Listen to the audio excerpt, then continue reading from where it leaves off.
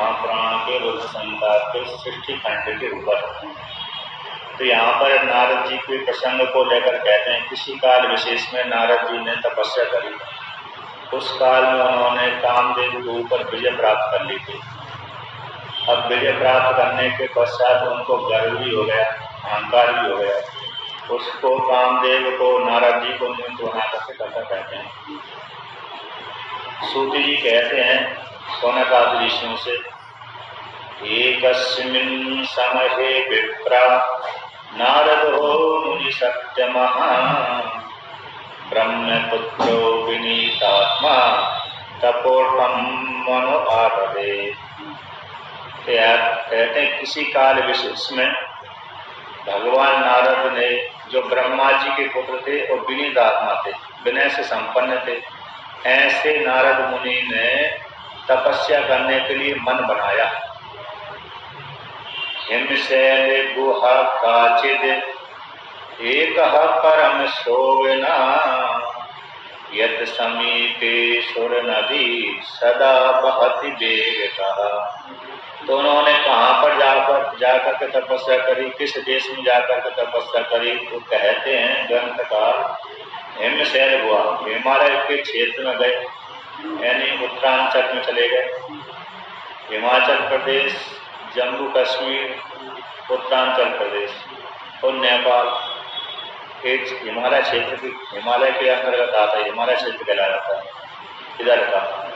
किंतु गंगा नदी जहाँ से निकलती है वहाँ से उधर उस सुर नदी देवताओं त्रिपदगामिनी, देवताओं को पवित्र करने वाली, देवलोक को देने वाली जो नदी है सुर नदी कहलाती है।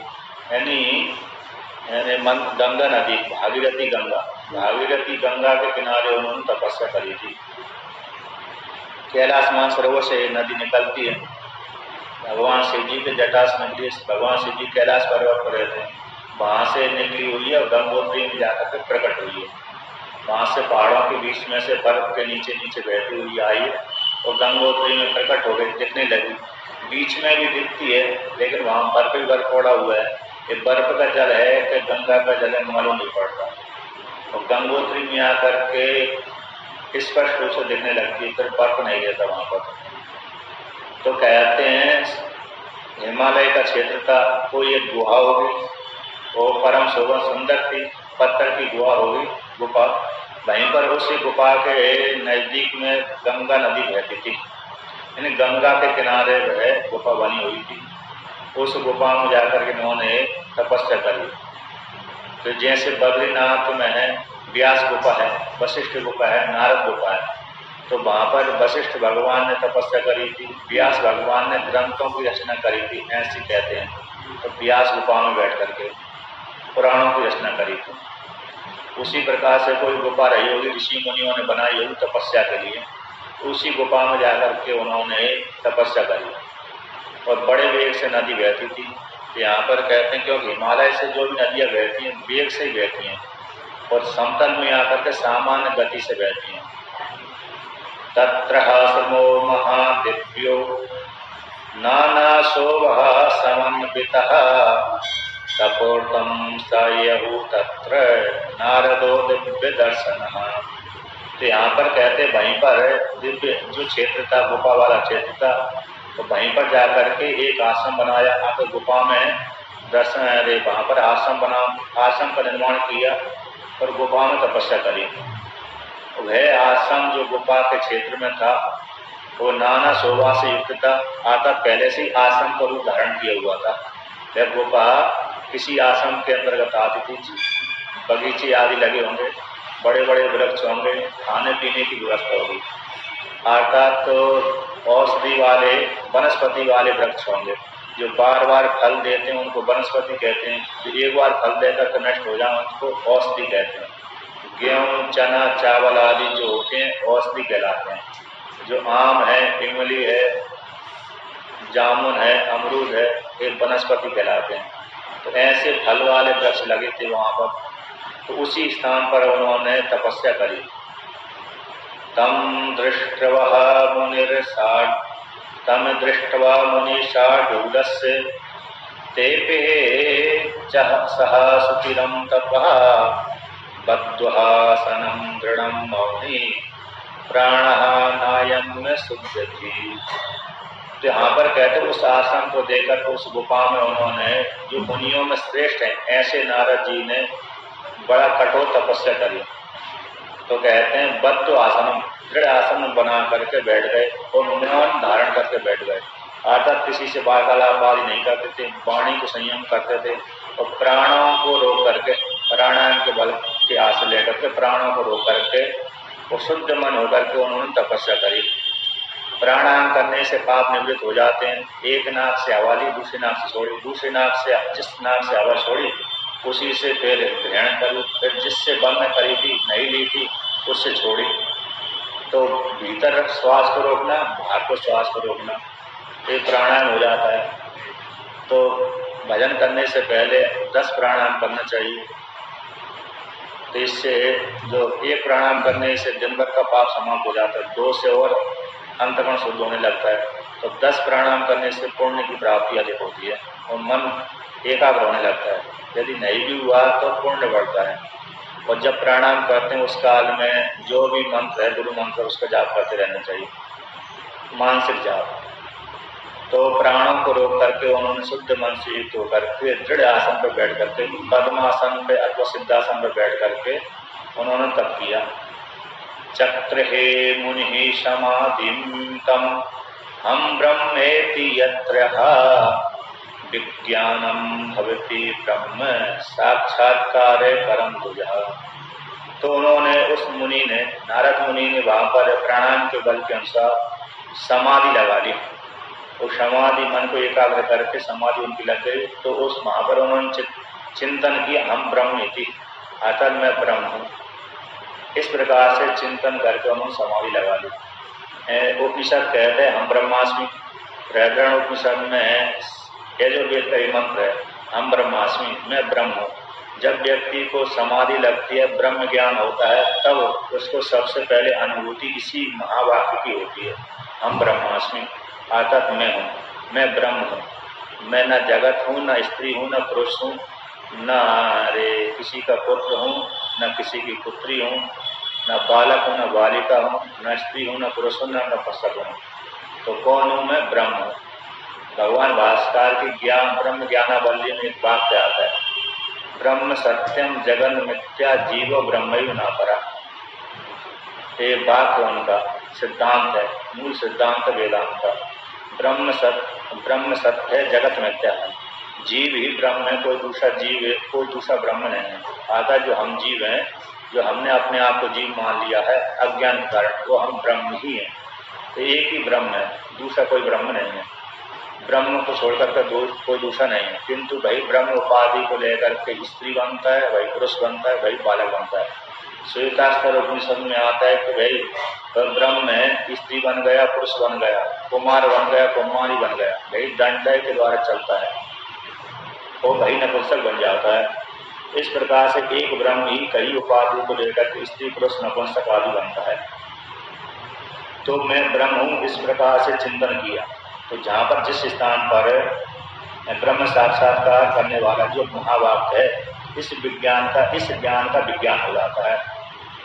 अतः मैं ब्रह्म उस प्रकार से चिंतन करने लगे और करते करते वो समाधि लग गई उनकी। इत्थं तपति तस्मिन् वै नारद हे मुनि सत्तमे चकंपेते सुनः शिरो मन संताप विह्वलः। यहाँ पर कहते हैं जिस प्रकार से वहां पर तपस्या कर रहे थे, उस काल में नारद मुनि की तपस्या को देख करके इंद्र को बड़ी समस्या पैदा हो गई। तो यहाँ पर कहते हैं नारद जी की तपस्या को देख करके इंद्र डर गया, इंद्र के मन में क्षोभ पैदा हो गया। अब इंद्र देवता को हर समय ऋषि से भी क्षोभ पैदा हो जाता है, राक्षसों से क्षोभ पैदा हो जाता है, जो तपस्या करता है उसी से क्षोभ पैदा हो जाता है। तो एक यहाँ पर भी नारद मुनि से क्षोभ पैदा हो गया उनको। कहीं हो सकता है नारद मुनि कहीं सिंहासन न मांग लें ब्रह्मा जी से, किसी भगवान से सिंहासन न मांग ले, यदि भगवान से मांग लिया तो मेरे को करना पड़ेगा, इसलिए क्षोभ पैदा हो जाता है। क्योंकि वो सिंहासन पद है, हर कोई जो उतनी तपस्या करेगा उतना यज्ञ करेगा तो जो पहले से बैठा हुआ उसको हटना पड़ता है। जैसे राष्ट्रपति प्रधानमंत्री है, अब जो पार्टी जीत गई उसको पहले के प्रधानमंत्री को छोड़ना पड़ती है वो पद। उसी प्रकार से इंद्र भी एक पद है, इंद्रासन भी एक पद है, और जहाँ पर उसी स्थान पर जो भी बैठेगा उसकी इंद्र संज्ञा हो जाती है। इसलिए इंद्र को डर लगा रहता है, कहीं मेरा शत्रु मेरे से ज्यादा तपस्या न कर ले, कहीं तपस्या के बल के प्रभाव से देवता मतलब भगवान से इंद्रासन न मांग ले। इसलिए हमेशा उनकी जो तपस्या को भंग करता रहता है। मनसि इति विचिन्त्यासौ मुनिर्मिहि राज्यमिच्छति तद्विघ्न करणार्थम ही हरिर्यत्न मिहे साक्षात्। यहाँ पर कहते हैं मन में उसको क्षोभ पैदा हुआ और उसने मन में विचार किया कहीं मुनि मेरे राज्य को न मांग लें। भगवान ब्रह्मा जी की तपस्या कर रहे थे, तो भगवान की तपस्या करने के कारण भगवान अवसर दे देंगे, इसलिए मुनि कहीं राज्य न मांग लें, ऐसा सोच करके उसकी तपस्या में विघ्न पैदा करने के लिए इंद्र देवता ने यत्न कर लिया, प्रयत्न किया। सस्मार सहा स्मरम सक्रस चेत सहा देव नायका आजगामः वृतम कामः समधिरे महिषी स्वतः।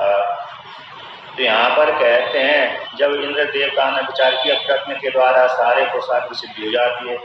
योग वासिष्ठकार कहते हैं कि पुरुषार्थ करना चाहिए, दैव के अधीन नहीं बैठना चाहिए। दैव का अर्थ होता है प्रारब्ध भोग, प्रारब्ध भोग से जो मिल गया उसी संतुष्ट कर लेते हैं सामान्य व्यक्ति। तो योग वासिष्ठ यानी भगवान वशिष्ठ राम जी को उपदेश करते हैं कि हे राम तुम पुरुषार्थ का आश्रय करो, पुरुषार्थ करो, पुरुषार्थ करो, दैव के अधीन प्रारब्ध के अधीन मत बैठो। तो प्रारब्ध से तो व्यक्ति भूखा भी मर जाएगा, कभी प्रारब्ध के अनुसार मिल जाएगा कभी नहीं मिलेगा, किंतु पुरुषार्थ से भूखा व्यक्ति पेट भर लेगा। इसलिए पुरुषार्थ करते रहना चाहिए, प्रयत्न करते रहना चाहिए। तो उसी प्रकार से इंद्र देवता ने भी प्रयत्न किया। तो यहाँ पर इंद्र देवता ने कामदेव को स्मरण किया, तो कामदेव को स्मरण करते ही कामदेव आ गए। अथागतं स्मरं दृष्ट्वा संबोध्य है सुरराज प्रभु उवाच है तम प्रपस्यासु स्वार्थ है कुटिर से मुखी। तो जब कामदेव आ गए, ये कामदेव भी लक्ष्मी का पुत्र है। आपने कभी सुना होगा लक्ष्मी का पुत्र, एक कल्प में ये लक्ष्मी का पुत्र बनता है कामदेव, एक कल्प में ब्रह्मा जी का पुत्र बनता है। त्रिपुरा रहस्य नाम के ग्रंथ पढ़ेंगे तो वहां पर कामदेव लक्ष्मी का पुत्र बनता है, और अन्य पुराणों में कामदेव ब्रह्मा जी का पुत्र बनता है। तो यहाँ पर महिषी सुता प्रयोग कर दिया तो लक्ष्मी का पुत्र कहलाया। ऐसा लक्ष्मी का पुत्र जो कामदेव है वो आ गया। त्रिपुरा रहस्य में इसका वर्णन आता है। त्रिपुरा रहस्य में लक्ष्मी से उत्पन्न हुआ कामदेव। तो ऐसे कामदेव को देख करके भगवान इंद्र ने कहा, जिनकी बुद्धि कुटिल है, अपने स्वार्थ सिद्ध करने में लगी हुई है, ऐसे इंद्र देवता ने कहा। इंद्र कहते हैं मित्र वर्य महावीर सर्वदा हितकारका शृणु प्रीत्या बचो मे त्वं कुरु सहाय मात्मना। तो यहाँ पर इंद्र देवता कहते हैं हे मित्रों में सबसे श्रेष्ठ, जिससे प्रयोजन सिद्ध करना है उसकी बड़ी प्रशंसा की जाती है। अब जिससे प्रयोजन कोई सिद्ध लेन देन नहीं है उसको फिर प्रशंसा करने की जरूरत नहीं है।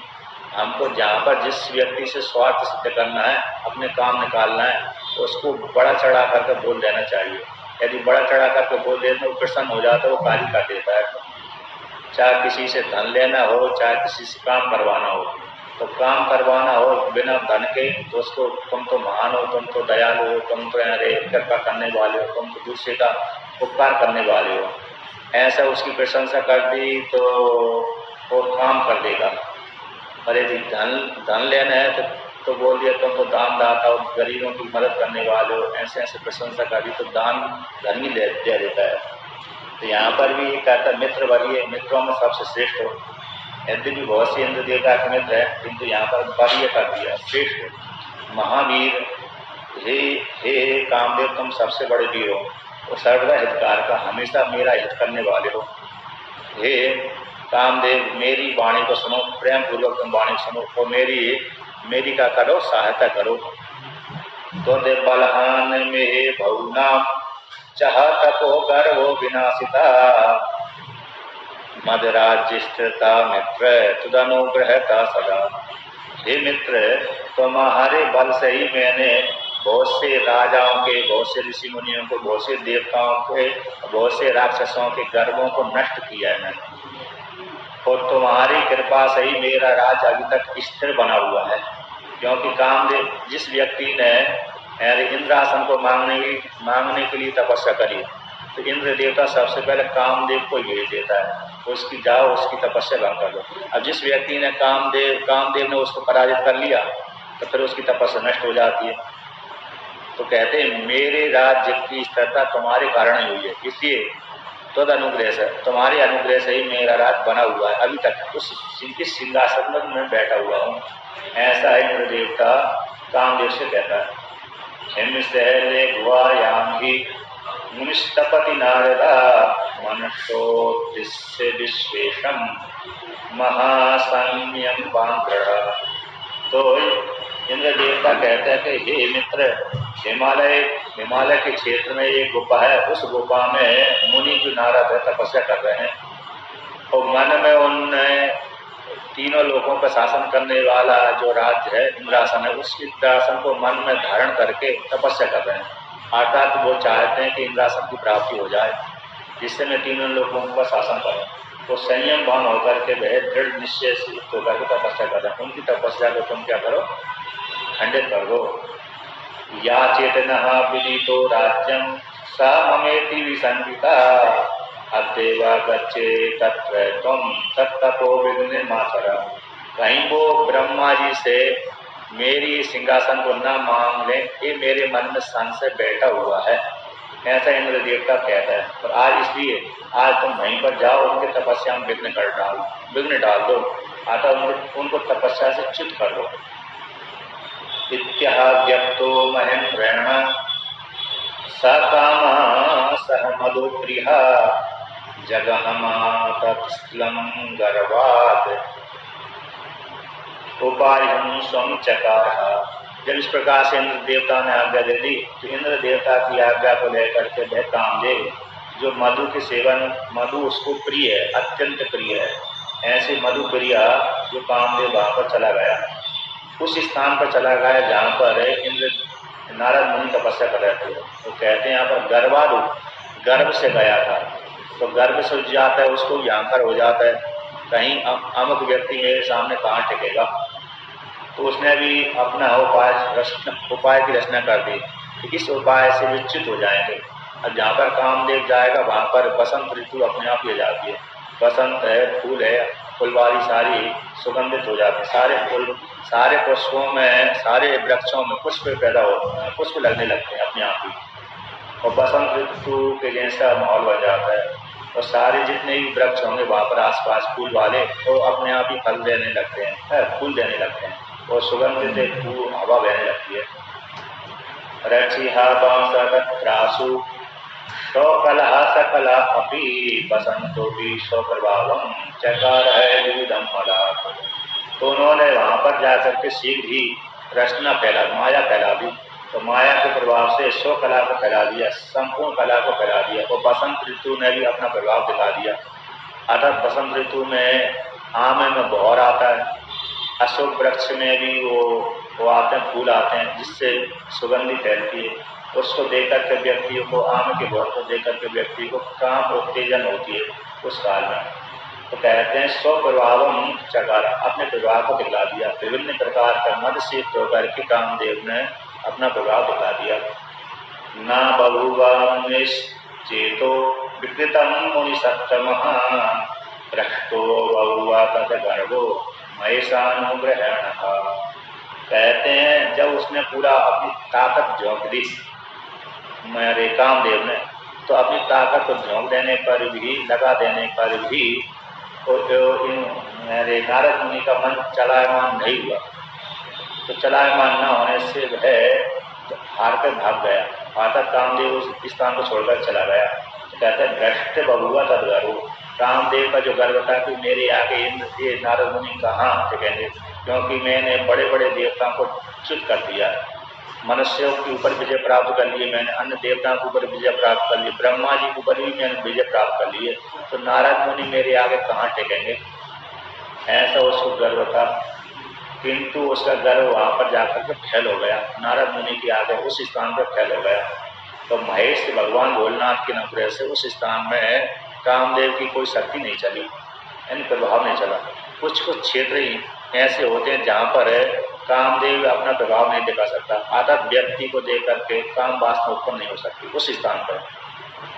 तो जैसे कुछ क्षेत्र हैं जहाँ पर स्त्री जाएगी तो लता बन जाएगी, और कुछ स्थान ऐसे, एक स्थान ऐसा है जहाँ पर पुरुष जाएगा तो स्त्री बन जाएगा। 2-3 स्थान ऐसे दिए जहाँ पर कार्तिक भगवान ने एक क्षेत्र को श्राप, वरदान और श्राप दिया है कि जहाँ पर भी कोई भी स्त्री आएगी वहाँ पर लता बन जाएगी। और शिव जी ने वरदान दिया पर एक क्षेत्र को जहाँ पर कोई पुरुष आएगा स्त्री बन जाएगी। ये 2 क्षेत्र शिव जी के द्वारा और कार्तिक भगवान के द्वारा श्रापित वरदान वाले हैं। किसी के लिए वरदान है फायदेमंद है, किसी के लिए नुकसानदेह है। तो वहाँ पर है, और जहाँ पर तपस्या कर रहे थे वहाँ पर शिव जी ने पहले कामदेव को भस्म किया था। तो यहाँ पर कहते हैं शृणुतः भरतस्तत्र कारणं सौनकः दया ईश्वरानुग्रहेण न प्रभावः स्मरस्य। तो सूत जी कहते हैं सौनक आदि ऋषियों से, हे सौनक आदि ऋषियों सुनो, इसमें एक हेतु है, इसमें एक कारण है जिस कारण से कामदेव का प्रभाव नहीं पड़ पाया उस स्थान पर। भगवान शिव जी की कृपा से उस स्थान पर कोई भी कामदेव ने प्रभाव नहीं दिखा पाया। तो इस प्रकार से यहाँ पर वो कहते हैं अत्रैव शंभुनः पारि सुतपश्च स्मराणिनः अत्रैव दग्धसे तेनाशु कामो मुनि तपोपः। कहते इसी स्थान पर भगवान भोलेनाथ ने पूर्व काल में तपस्या करी थी। जिस स्थान पर नारद मुनि ने तपस्या करी उस स्थान में पहले पूर्व काल में तपस्या भगवान भोलेनाथ ने की थी, और वहीं पर ही कामदेव को भगवान भोलेनाथ ने भस्मीभूत कर दिया था, जला दिया था। इसीलिए जला देने के कारण तो मुनि की तपस्या में तो कामदेव विघ्न नहीं कर पाया। काम जीवन हेतु ही प्रत्यः संप्राप्ते ही सुरहि संप्राप्ते वाचेदम शंकरो लोक शंकरा। और उसी स्थान पर रति ने अपने पति की प्राणों की भीख मांगी थी, प्रार्थना करी थी कि मेरे पति को प्रदान करिए, लौटा दीजिए। तो भगवान शिव जी ने भी रति की स्तुति आदि सुन करके उसके पति को लौटा दिया था, यानी उन्होंने बोल दिया भविष्य में तुम्हारा पति प्राप्त हो जाएगा। कंचित समहिमा साध्य जीविष्यति सुरः स्मरः परंतु परमो स्मरोपायान चलिष्यति न कश्चन। कहते तुम्हारा रति ने जब प्रार्थना करके भोलेनाथ आप कृपालु हैं, आप मैं पति के बिना कैसे रहूंगी, इस प्रकार से जब उसने प्रार्थना करी तो आपके दर्शन व्यर्थ नहीं जाना चाहिए, मैंने आपके दर्शन किए तो व्यर्थ नहीं जाना चाहिए इत्यादि। जब इस प्रकार से भगवान भोलेनाथ की प्रार्थना करी तो प्रसन्न हो गए भगवान भोलेनाथ। अन्य देवताओं ने प्रार्थना करी कि भगवान कामदेव को प्रकट करिए, जीवन प्रदान करिए। तो जब इस प्रकार से प्रार्थना करी थी तो प्रार्थना का सुनकर भगवान भोलेनाथ प्रसन्न, भविष्य में प्राप्त होगा, अर्थात कृष्ण के पुत्र के रूप में पैदा होगा। तब तक के लिए ये नहीं मिलेगा, किंतु मन में बसा रहेगा कामदेव, मन में प्रभाव डालेगा, किंतु शरीर के माध्यम से कृष्ण के पुत्र के रूप में पैदा होगा। इसके बाद तुमको प्रत्यक्ष दिखेगा, तो उतने काल तक तुम इंतजार करते रहो, तो समय आकर के जीवित हो जाएगा कामदेव।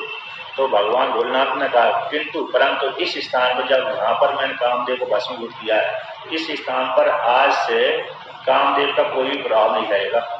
अर्थात जितनी वहाँ की भूमि आसपास की थी उस भूमि पर कामदेव का कोई भी प्रभाव नहीं पड़ता। स्मर उपायन चलिष्यति न कश्चन। स्मरण कामदेव भगवान का कोई उपाय यहाँ पर प्रयास प्रोत्साह काम नहीं देगा। अतः किसी भी स्त्री और पुरुष को उस स्थान पर काम वासना का विकार उत्पन्न नहीं होगा। यह यावद हे दृश्यते भूर जनहि त्वहा मरा सदा काम बाण प्रभाव होकर न चरिष्यति असंशयम। यहाँ पर भगवान भोलेनाथ कहते हैं जितनी आप देव जनों के द्वारा, देवताओं के द्वारा जो भूमि दिख रही है उस क्षेत्र के आसपास की, तो उतने स्थान पर कामदेव का बाणों का प्रभाव नहीं चलेगा, कोई भी प्रभाव नहीं चलेगा। अतः किसी भी स्त्री पुरुषों को वहां पर काम भावना की बेकार की उत्पत्ति नहीं होगी। इति संभूतितः कामो नित्यात्मे गति कस्तता नारदे सा जगामासु शिवम इंद्र समीपता। भगवान भोलेनाथ की कृपा से वहां पर कामदेव का प्रभाव नहीं चल पाया। उसी स्थान पर नारद मुनि ने तपस्या करी, तो नारद मुनि ने तपस्या कर रहे थे तो कामदेव उनको उच्चित करने के लिए गए तपस्या से, तो कामदेव हार करके चला गया। जब कामदेव हार कर चला गया, शिव जी की कृपा से हार गया, तो वह कामदेव भगवान इंद्र के पास में गया और सारी घटना सुना दी कि मैंने नारद मुनि को उच्चित नहीं कर पाया, आधा तपस्या में विघ्न नहीं पैदा कर पाया। आचख्यहु सर्ववृत्तान्तं प्रभावं च मुनीश्वरः तदज्ञायः यौ स्थानं स्वकीयं स मधुप्रिया। तो इंद्र देवता के पास में पहुंचकर के कामदेव ने अपना सारा वृत्तांत और भगवान नारद जी का सारा प्रभाव को वर्णन कर दिया कि वो तो महान है, आता तो वो मेरे प्रभाव से उनमें कोई भी विवाद उत्पन्न नहीं हुआ, आता मैं उनसे हार गया, उनकी तपस्या से मैं हार गया। इस प्रकार से नारद मुनि की प्रशंसा और इंद्र देवता से उसने कह दिया, कामदेव ने कह दिया अपने प्रभाव को थोड़ा सा बदला करके, अर्थात मेरे में कोई सामर्थ्य नहीं है, उनकी इतनी सामर्थ्य नहीं है कि मैं उनकी तपस्या को विघ्न डाल सकूं। तभी इस प्रकार से बोल दिया नारद मुनि ने इंद्र देवता से कामदेव ने। तो कामदेव फिर इंद्र देवता की आज्ञा को लेकर के अपने स्थान को चला गया। उसका जो लोक होगा तो स्वकीयम जो स्थान होगा वहां पर वह मधुप्रिया ऐसा कामदेव चला गया। विस्मितो भूत सुराधीशा प्रशंसा सात है प्रशंस साध्य सादरम नारदम तदवृत्तांत न विद्योहि मोहितः शिव माया। यहाँ पर कहते हैं इंद्र देवता ने भी आश्चर्य कर लिया, ये कैसे हो गया। फिर इंद्र देवता ने नारद मुनि की बहुत प्रशंसा करी और नारद मुनि की प्रशंसा को आदि सुन करके शिव की माया से मोहित होकर के उससे वहां के स्थान के प्रभाव को नारद मुनि नहीं जान पाए कि किस कारण से मैंने कामदेव के ऊपर विजय प्राप्त कर ली। दुर्गेयः सांभवी माया सर्वेषां प्राणिनामिह भक्तं विनार्पितात्मानं ततः सम्मोहिते जगत्। भगवान शिव जी की जो माया है, सांभवी माया है, उसको जानना बड़ा कठिन है। वह सारे प्राणियों के लिए दुर्गेय है। यह उसी माया के द्वारा मोहित होकर के संपूर्ण जगत उत्पन्न होता है। नारदोपि चिरं तस्थौ तत्रेषानुग्रहेण पूर्णं मत्वा तपस्तत्स्वं विरराम ततो मुनि। तो नारद मुनि ने जितने दिनों तक संकल्प करके तपस्या करी होगी उतने काल तक वो उस स्थान पर तपस्या करते रहे। इसके पश्चात अपनी तपस्या पूर्ण होकर के वहां से तप को त्याग करके चले गए। अतः इतने संकल्प तक, इतने वर्षों तक, इतनी देर तक जैसे अनुष्ठान करते हैं, एक पुरुषण करना है तो जितनी पुरुषण करने की जो वो है 1 लाख करना है, 10 लाख करना है, करोड़ करना है, कितने दिनों तक करना है, 1 महीना तक करना है, 2 महीना तक करना है, तो जितना समय पूर्ण हो जाता है उतने समय तक करने के बाद व्यक्ति चला जाता है। अब यहाँ पर नारद जी मुनि को कोई वरदान की इच्छा नहीं थी कि वरदान देने आएंगे देवता, इसलिए मैं वरदान जब तक नहीं देंगे तब तक तपस्या करूंगा, ऐसा उद्देश्य नहीं था। बस उनका उद्देश्य था कि तपस्या करूँ, कितने दिनों तक करूँ, उतना ही उद्देश्य रख करके उन्होंने तपस्या करी थी। जब देखा कि कामदेव को भी उन्होंने देख लिया था, कामदेव आया मेरे ऊपर प्रभाव मेरे सिद्ध करने के लिए आया, किंतु मेरे से हार कर चला गया, अर्थात मेरे ऊपर कामदेव का विजय नहीं हुआ। इस प्रकार से उन्होंने देखा और अपने आप को पूर्ण जाना, तपस्या को भी पूर्ण जाना। कामांजयं निजं मत्वा गर्वितो भूने मुनीश्वरः कृतैव विगत ज्ञान शिव माया विमोहिता। मुनि ने अपने को काम के ऊपर विजय करने वाला मान लिया, अपने ऊपर मान करके अपने स्वयं को कि मैंने कामदेव को जीत लिया, ऐसा मान करके अरे मुनीश्वर को, नारद मुनि को गर्व हो गया। तो गर्व होकर कहते हैं विगत ज्ञान वृत्ता, शिव माया से मोहित होकर के विगत ज्ञान वाले हो गए और झूठा ही गर्व कर लिया उन्होंने कि मैंने कामदेव के ऊपर विजय प्राप्त कर ली, बल्कि उस स्थान पर कामदेव का कोई प्रभाव ही नहीं पड़ता था। तो जिस प्रकार से श्वान है, गाड़ी के नीचे जैसे श्वान चलता है, तो श्वान कहता है कि मैं इस गाड़ी को मैं ही धो रहा हूँ, किंतु धोता कौन है? अश्व ढोते हैं, बैल ढोलते हैं, अश्व घोड़ा आदि धोता है। किंतु जो गाड़ी के बीच में चलता है श्वान कभी कभी किसान के साथ, तो वहाँ पर श्वान को ये महसूस होता है कि मैं इस गाड़ी को दहन कर रहा हूँ। नहीं तो गाड़ी को कौन करता है? बैल करते हैं। उसी प्रकार से यहाँ पर नारद जी को भी मिथ्या ही ज्ञान हो गया। धन्य धन्य महामाया सांभवी मुनि सत्तमः तद्गति नहि पश्यन्ति विष्णु ब्रह्मादयोपि। यहाँ पर सूत जी कहते हैं धन्य है महामाया, भगवान शिव जी की जो सांभवी माया वो धन्य है, उसकी गति को ब्रह्मा विष्णु आदि भी नहीं जान पाते। ततः सम्मोहितो इव नारदो मुनि सत्तमः कैलासं प्रययहु शीघ्रं स्ववृत्तं गदितुं मदिः। यहाँ पर कहते हैं भगवान नारद मुनि भी उस माया से मोहित हो गए थे, और मोहित होकर के वह अपने आप को श्रेष्ठ जान करके गर्व से होकर के कैलाश में चले गए। तो कैलाश में जाकर के अपना सारा वृत्तांत सुना दिया कि मैं तपस्या करने के लिए गया था, उस स्थान को तपस्या करी और मेरे को तपस्या को च्युत करने के लिए कामदेव आया, इंद्र ने मेरे पास भेज दिया, किंतु तो इंद्र के द्वारा भेजा गया कामदेव मेरे ऊपर कुछ भी प्रभाव नहीं डाल पाया, अर्थात मेरी तपस्या को मैं विघ्न पैदा नहीं कर पाया और हार कर चला गया। रुद्रम नत्वः ब्रवीत सर्वं स्ववृत्तं गर्ववान् मुनि मत्वा आत्मानं महात्मानं स्वः प्रभुं च स्मरं जयम्। कहता है रुद्र को प्रणाम करके अपने वृत्तांत को सारा वृत्तांत कह दिया, और गर्ववान मुनि ने जो गर्व आ गया था और अपने आप को महान जान करके और अपने को प्रभु जान करके और कामदेव को जीत करके कि मैं कामदेव को जीतने वाला हूँ, इस प्रकार से जान करके उनको सारा कह दिया, अर्थात भगवान रुद्र को कह दिया। अब रुद्र उनको समझाते हैं, नारद जी से कहते हैं हे तात नारद प्राज्ञ धन्यस्त्वं शृणु मद्वचः वाच्यम एवं न कुत्रापि हरेरग्रे विशेषता।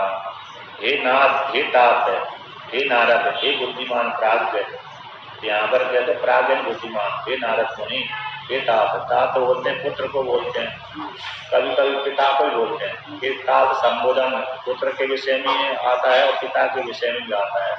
तो कहीं कहीं जब पुत्र भी जब बोलता है हे तात, हे पिताजी, संबोधन है तात शब्द, और पुत्र भी अपने पुत्र को, पिता भी अपने पुत्र को बोलता है हे तात है।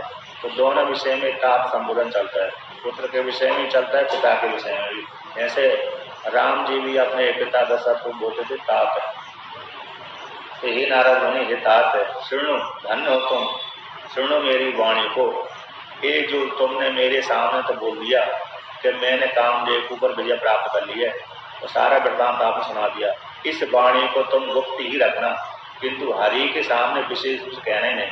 कहते मेरे सामने तो बोल दिया, अन्य के सामने बोल सकते हो, लेकिन विष्णु भगवान के सामने तो तुम किसी भी प्रकार से नहीं बोलना, पूछने पर भी नहीं बोलना।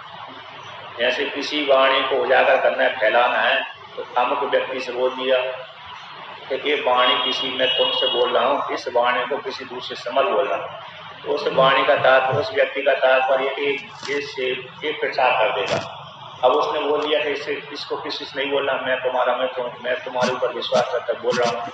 अब उसका भी कोई मित्र होगा, वो भी कह रहा मैं तुमको एक गोपनीय बात सुनाता हूँ, तुम किसी से बोलना नहीं। तो उसने दूसरे तीसरे पूरे समाज में फैल जाती हो। तो यहाँ पर ही भगवान विष्णु, भगवान शिव जी ने बोल दिया जो मेरे सामने तुमने वाणी बोली थी, इस वाणी को किसी भी प्रकार से कहीं पर भी हरि के सामने मत बोल देना, यानी विष्णु भगवान के सामने मत बोल देना। विशेष रूप से निषेध कर दिया। किंतु नारद जी को अच्छा नहीं लगा। जब मैंने कामदेव के ऊपर विजय प्राप्त कर ली, इतना महान कार्य किया, तो उसको मैं कैसे छुपा कर रख सकता हूँ। पृच्छमानोपि न भूयः स्ववृत्तं हे यद उक्तवान् गोप्यं गोप्यं सर्वथा ही नैव वाच्यं कदाचन। तो यहाँ पर है भगवान रुद्र कहते हैं नारद मुनि से कि विष्णु भगवान यदि पूछ भी लें तो नहीं कहना। पृच्छमानो की न भूयः, पूछने पर भी नहीं कहना। अपने वृत्तांत को जो तुमने स्ववृत्तांत सुनाया है मेरे को, तो उसको यदि विष्णु भगवान पूछ भी लें तब भी नहीं कहना। सर्वदा गोप्यम गोप्यम, सर्वदा सभी प्रकार से गोपनीय रखना, गोपनीय रखना। नए वाच्यम करता, किसी के साथ नहीं बोलना इसको। ऐसा भगवान शिव जी ने बोल दिया, रुद्र ने बोल दिया, किंतु नारद मुनि को अच्छा नहीं लगा। ऐसा कैसे हो सकता है, मैंने इतना महान कार्य किया और मैं ना सुना, तो ठीक नहीं है। ऐसी वाणी सुनकर के वहाँ से चल दिया उन्होंने। वहाँ से चल करके यहाँ पर कहते हैं ब्रह्मा जी के पास में गए, तो ब्रह्मा जी से सारी कथा सुना दिया उन्होंने। और ब्रह्मा जी ने निषेध कर दिया, कहीं ऐसा मत करना, नहीं सुनाना। कहते हैं तथा सह मुनि परियोहि ब्रह्मलोकम जगामः विधिन्नता ब्रवीत काम जयम स्वस्थ ततो बलात्। यहाँ पर कहते हैं इसके